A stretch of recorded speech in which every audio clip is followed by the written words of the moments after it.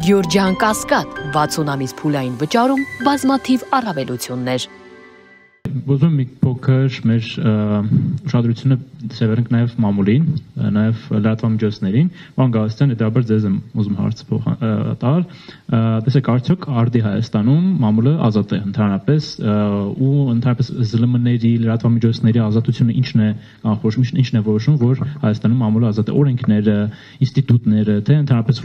քաղաքական իշխանության կամքը, եթե վերցնենք հենց արդի Հայաստանը, ու ինչ փոփոխություններ մասով կան, ինչ մարտահրավերներ կան ներկա ԶԼՄ-ներին, որտեղ ժողովրդավարությունը նաև հենց դա է որոշում, եթե կան ազատ անկախ լրատվամիջոցներ, թե դրանք կախյալ են ոչ, չգիտեմ, ուժերի, թե մարդկանց կողմից։ Շնորհակալ եմ, դե բացարձակ ազատություններ որպես այդպեսին ես չեմ էլ պատկերացնում, թե ինչ պետք է լինեն։ Իրականում դաշտը գոնե ինտերնետային լրատվամիջոցների պարագայում մինչև վերջերս բավական այսպես ազատական էր, հա, եւ ասել, որ ինչ որ հատուկ կանոնակարգումներ կային, որոնք որ խստացնում էին կամ սահմանափակում էին մամուլը մանավանդ ինտերնետային տիրույթում, ինչի անունից կարող եմ խոսել, հա, իրականում ճիշտ չէ լինի։ Հիմա իշխանությունները ակնհայտորեն պատրաստվում են այդ գործողություններին, սա բավական ակնհայտ երևույթ է,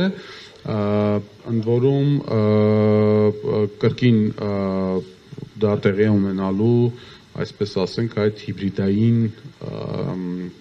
պատերազմի շարժի կամ քողի ներքո, որով իրենք փորձելու են նաև սահմանափակել վստահ եմ մամուլի լրատվամիջոցների ազատությունը։ Սա հարցի մյուս կողմն է, բայց ես այս հարցին կփորձեի մեկ այլ կողմից անդրադառնալ, հա, լրատվամիջոցների հետ փոխհարաբերությունները իշխանության նույնպես շատ կարևոր են այդ լրատվամիջոցների գործունեության եւ ընդհանրապես մեդիա դաշտի առումով։ Ինչպիսի փոխհարաբերություններ են իրենք հաստատում լրատվամիջոցները, ինչպես են աշխատում այդ լրատվամիջոցները, այսպես ասեմ, հա, ճակերտներով աշխատանքը։ Ուրեմն կարող եմ վստահաբար ասել, որ 2018-19 թվականից հետո լրատվամիջոցների եւ լրագրողների նկատմամբ դեմոնիզացնող գործընթացը կառավարվել է օրվա իշխանությունների կողմից։ Այսինքն այն լրատվամիջոցները, որոնք որ եղել են կամ մասնավորապես նաև լրագրողները, որոնք եղել են հատկապես ակտիվ, հատկապես քննադատող, դուք կարող եք բազմաթիվ հազարավոր, տասնյակ հազարավոր այսպես ֆեյքային գրողներ, հրապարակումներ տեսնել, որտեղ մտնում են նրանց ընտանիք, որտեղ նրանց, չգիտեմ, ամուսնական կարգավիճակն են հրապարակում եւ այլն, այսպես դեպքերը բազմաթիվ են ուղղակի։ Ուստի շատ կարեւոր է, այսինքն այդ մթնոլորտի ստեղծումը, որոնք որ իրենք անընդհատ փորձում են պայմանական ասած անել։ Երկրորդ հանգամանքը նաև այդ համացանցային ֆեյքային գրողներն են, որոնք որ տեղի ունենում, այդ, չգիտեմ, այսպես կոչված ֆեյքերի ֆաբրիկաները, մյուսը եւ այլն, որոնք որ կամաց սկսել են փոխարինել ծանր դասական լրատվամիջոցներին, այսինքն